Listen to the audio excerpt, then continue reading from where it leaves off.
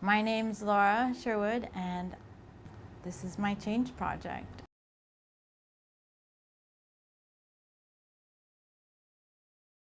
So through the process of Antioch, I learned that the change project wasn't about what I was going to do, but it was about more of joining a movement, joining a community, getting involved in something that was already ongoing, and not so much trying to change it, but be a part of that system and observe the change that was going on and contribute to what that system wanted rather than what I thought needed to change. The movement that I had been very passionate about and involved with for 6 years was the vagina monologues. I got involved because I was taking my women's studies courses, and I had seen it one year, and it was really empowering. This year I was honored to co-produce the vagina monologues as well as co-direct and produce The Emotional Creature, which was my big project that I was really excited about because it hadn't been done, and it was Eve's work, which was the younger version of the monologues, and she talked about stories that happened to young girls around the world. And we put on the women's 25th anniversary celebration, and we did a lot of tabling, we did a lot of community outreach. Aloha, my name is Dr. Trina Namio. I first met Laura as a student in my women's studies class about 6 years ago. I want to share with you a little bit of information to add to Laura Sherwood's social change project. February is a very special month because that is the month that's selected for performances all over the world for vagina monologues, because February 14th denotes V-Day, victory, and vagina. We are also celebrating the 4th anniversary of 1 Billion Rising, which was Eve Ensler's second international movement using the arts as activism to bring awareness about domestic violence and women's issues. My name is Juanita Ravel, and I am a senior at the University of Hawaii at Hilo.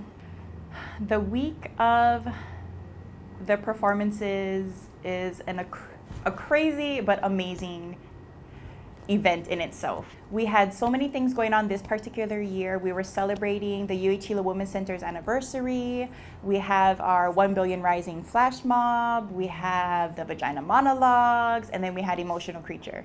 So it was basically 7 days of just running around from event to event, planning and coordinating and bonding, which is one of the main reasons why I feel so passionate about this, because I not only get to share my story with women and hopefully help to empower them, but women get to share their stories with us and help them break out of that stigma as well. I got involved because I was taking my women's studies courses, and I had seen it one year, and it was really empowering. Before that, I'd heard of it, and I thought, oh, it's just like a play that's just kind of like a comedy show. And when I saw it, I was really moved by it personally because of my own abuse, and so I wanted to be a part of it. I have been part of the UH Hilo Women's Center and the Vagina Monologues for 5 years. I first became involved with the Vagina Monologues after being in Hilo's domestic violence shelter. Part of my recovery through that process was actually being able to attend the monologues in person. And the year that I attended, I fell in love with the purpose and the message of that particular program. I produced and directed the first vagina monologues in Hilo, and it has been put on annually now for 13 years, I think it is.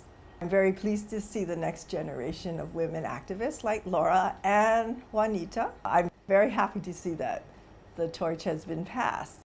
Hi, I'm Brittany Williams. I'm 15 years old. I've been in the monologue since I was about 9 years old. It's like a really good thing. Women around the world benefit from it, and it's very inspirational. some misconceptions of the vagina monologues. The most popular one that I've heard from the beginning was that it is a lesbian burlesque show. The Vagina Monologues is not a lesbian burlesque show. The Vagina Monologues is a compilation of these wonderful stories that these women share to help educate and share their experiences with other women. Some of the misconceptions about V-Day, the movement, and the performance Vagina Monologues is that it's a man-hating play. And really it is not, because men who are true feminists and supporters of women love this show also. And it speaks to human freedom, basically, and the importance of the body in terms of all our identity, and especially for women. And that when you honor the body, then you honor women, and that the body is sacred, and we need to bring that back into our culture. So it's also a reclamation of the language. So speaking vagina out loud, in that it is not a dirty pornographic word, but it is a word for something very vital to women's identity and their well-being. So it becomes a metaphor. How do you treat the vagina is how you treat women. So I'm gonna just say a little bit more about 1 billion rising. And the concept is that there are 7 billion people in the world. About half of them are women, 3.5 billion. And 1 in 3 women are abused, assaulted, or raped annually, which is a statistic that is unacceptable. And that anything we can do to raise awareness and stop this disease or unacceptable behavior should be applauded.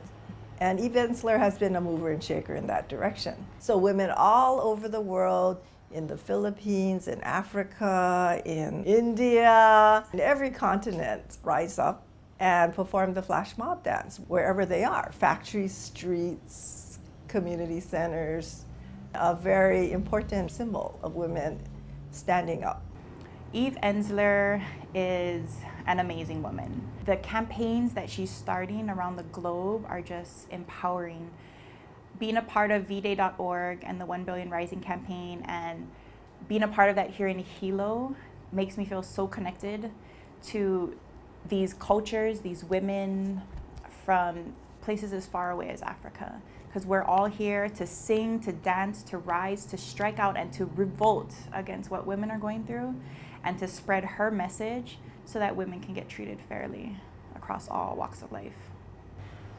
So as part of our little contribution in Hilo, as I said, this was the 4th year.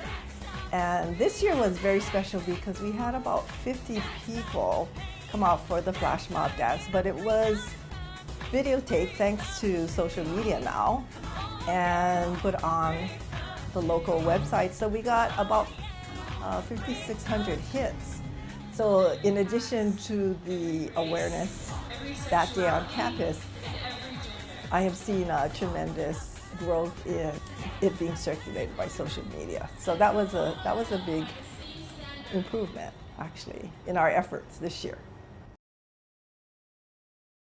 When she approached me about possibly collaborating on putting on Emotional Creatures, which is a teen version, really, of Vagina Monologues, I thought that is so needed. This is the next step. We need to influence the next generation of social change, is to get to the younger women. So this project, which added not only Vagina Monologues and 1 Billion Rising, but now Emotional Creatures, has become a true trilogy of social change. We got to introduce Hilo to Eve Ensler's Emotional Creature, and we got to share that message not only with the demographic that the Vagina Monologues approach, which is your 25 to 40, 45-year-old women, is normally what we see at Tenzar shows, but bringing the emotional creature, we were able to have mothers and daughters come together and come to a performance. We were able to have young women bring their friends and their peers, and through this, we were able to reach a much broader dynamic. And we also got to empower some young women who got to share the message that not only girls here in Hilo go through, but women around the world. When my mom first said that we were going to do emotional creature, I thought it was really dumb and I did not want to do it, but I was forced to. And so the first couple practices, I hated it. I did not want to do it. And then one night, all of the girls got together and we had a really good time and really bonded. And after that, it was fun. My name is Lyric Lee. I took an interest in emotional creatures because I wanted to know what was happening around in the world about girls, the abuse, the emotional pain they had to go through, and it really opened my mind about what was going on, and I wanted to help make a change in the world. I can relate to emotional pain and physical abuse. It's really difficult to go through, and I think that nobody in the world and no girl should have to go through that, because it isn't something you can just forget. It stays with you. The play was a long process to go through. I didn't want to do it at first because I was a little shy. Probably the most difficult part was to stand in front of everybody and to just do a part that really needed to get you out of your shell. It really did bring me out of mine. It was really hard though. It's something that I could probably do again. Girl fact. When a group of children who were interviewed on 2020 were asked if they'd rather be fat or lose an arm, they unanimously answered that they'd rather lose an arm. Girl fact. About 1 in 3 high school students have been or will be involved in an abusive relationship. 40% of teenage girls ages 14 to 17 say they know someone their age who has been hit or beaten by a boyfriend. Girl fact. An estimated 100 million girls are involved in child labor worldwide. Girl fact. Girls between 13 and 18 years of age constitute the largest group in the sex industry. It is estimated that around 500,000 girls below the age of 18 are victims of the trafficking each year. This is what inspired Emotional Creature. I'm going to be reading the monologue, I Am an Emotional Creature. I love being a girl. I can feel what you're feeling as you're feeling it inside, the feeling before. I am an emotional creature. Things do not come to me as intellectual theories or heart-shaped ideas. They pulse through my organs and my legs and burn up my ears. I know when the coconut's about to fall. I know that we pushed the earth too far. I know my father isn't coming back, that no one's prepared for the fire. I am an emotional, devotional, inconditional creature. And I love, hear me, love being a girl. One of my most favorite moments in the show was when I brought the girls home and cooked them dinner, and there was a piece we were going to cut out, and the girls took that into the next room while I was working on their scripts, and they choreographed a dance all by themselves. And within the end of that evening, they had self-organized, collaborated, and created this amazing dance that I was just like so moved by. And so I think that was the biggest success, to see them bond and to see them come together and take ownership of the play. Because it wasn't about, I didn't want to come in and be like, I'm directing, this is what you have to do. The process that I wanted to take was to let them create their own process and learn through that. And and that was the experience that I got to see when they did that. And punch. I dance till I'm wild, till I'm crazy. I dance till I'm brave and undone. I dance frenzy. I dance danger. I dance, girl. I dance because I cannot stop. I dance because I feel that much. I dance because I love you. I love you. I love you. No, don't just stand there with your arms all crossed. No. My skin is a mat. My belly's on fire. Come with me. Dance with me. All of you. Higher. Higher, higher, and down. I think one of the important things about Eve Ensler's work is she's taken art as the means of communicating social issues. Art has a place in social change, and I've become a big advocate of that. And I think Laura has participated in this kind of social change, which is very empowering as well as important to cultural transformation.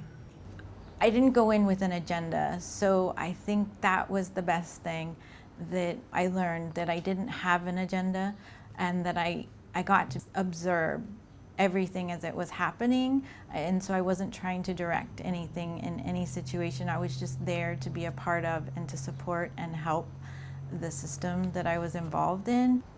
And I learned through that was just the process that I gained so much more than had I been attached to some outcome.